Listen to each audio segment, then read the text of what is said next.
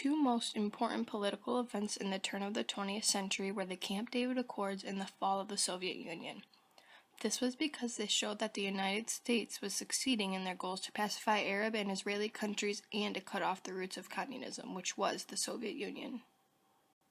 The Camp David Accords were clearly a goal the United States had, which was said numerous times by President Carter. The point behind the Camp David Accords was that Israel and Egypt were longtime enemies for more than 2,000 years.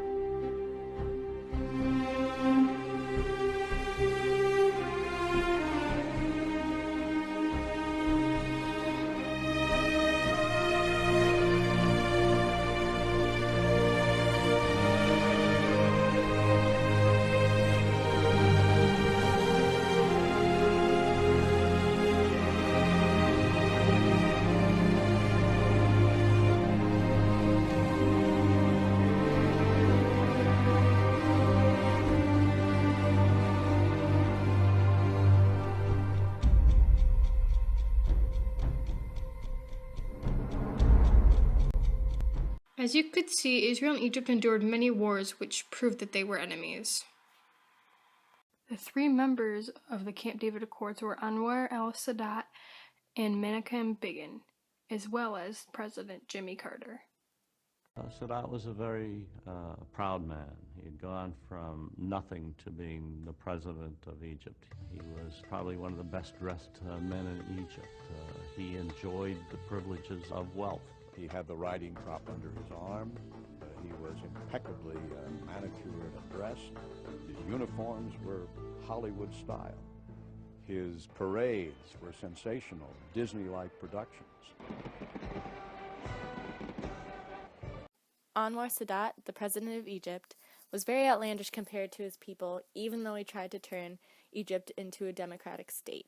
אדון שוויט, צ'נסלר, תסלחו לי רבותיי, אני באתי מן המחתרת הלוחמת, אני לא מפחד מפני אף אחד, אני אומר לו את האמת בפניו, אין לי שום סיבה לפחד, אנחנו ראינו את המוות לעינינו כל יום, אז כשהוא אומר דברים כאלה אני לא אשיב לו, אינני יודע מה שקרה עם עמי, אינני יודע מה שקרה עם משפחתי, אינני יודע מה שקרה עם אחותיכם ואחיכם, מה אינני יודע? הוא אחרי כל אלה יאמר לנו תקימו מדינה פלסטינית? כלומר, תעמידו את 3.5 מיליון היהודים בארץ ישראל בסכנת מוות וכיליון? ואני לא אשיב לו? לא שיבותי לו. כמו שצריך ידידי.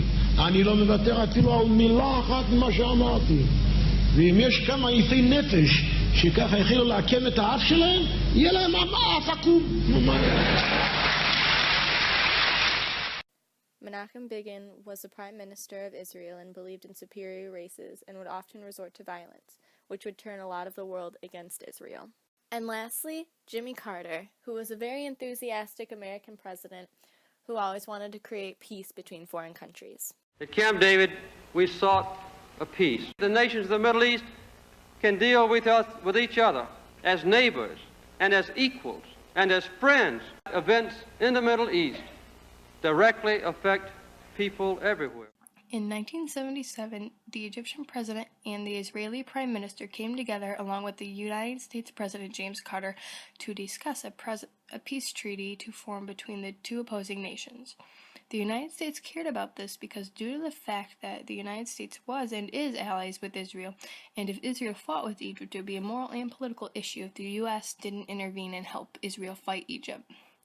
Finally, after 12 days of negotiation between the three countries in Jerusalem, the three leaders reached an agreement, which was the Camp David Accords, signed in 1978. Israel said that they would withdraw from the Sinai Peninsula, which was captured from Egypt in the 1967 war, which lasted 6 days. Also, Egypt agreed to formally recognize that Israel existed as a country. The Camp David Accords were the very first signed peace agreement with an Arab country. This was the only one goal the United States had accomplished.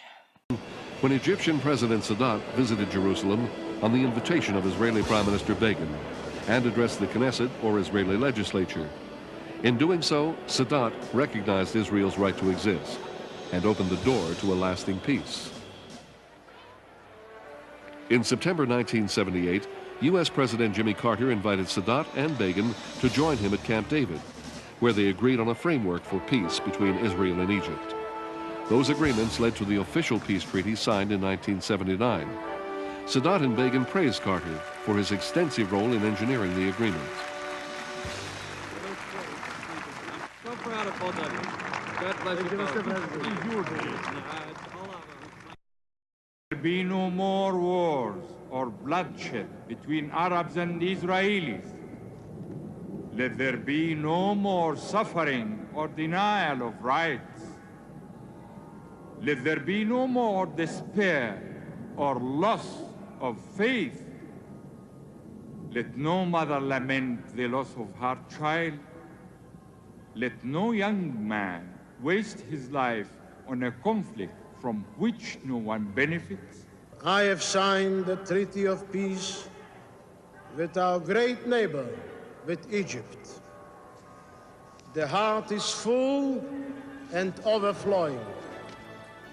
Egypt and Israel's historic treaty, signed on March 26, 1979, sent an inspiring message of hope and peace throughout the world.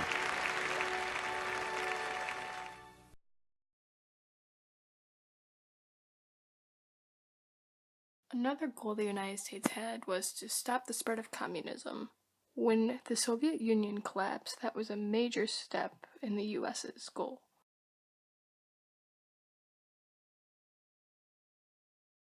Suddenly and unexpectedly, he came to the understanding that it is impossible to kill people for their political views, and it's impossible to put people to the prison if they disagree with you.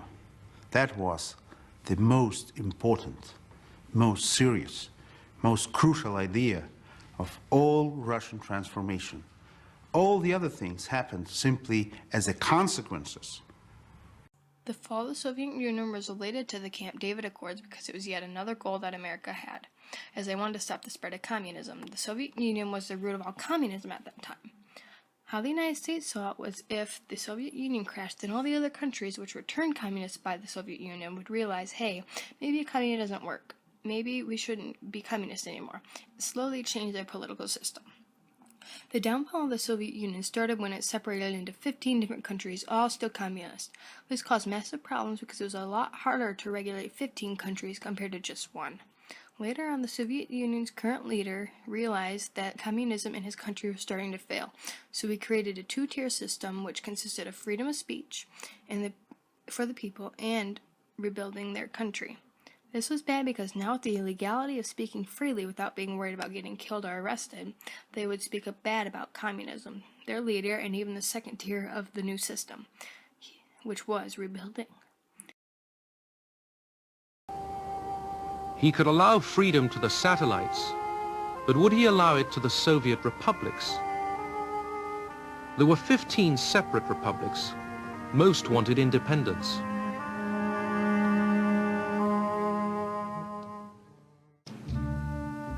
Of the 15 republics of the Soviet Union, the Russian Federation was the largest. Most were responding to Gorbachev's loosening control with demands for national freedom. In the Baltic states of Estonia, Latvia and Lithuania, annexed by Stalin in 1940, the demand was total independence.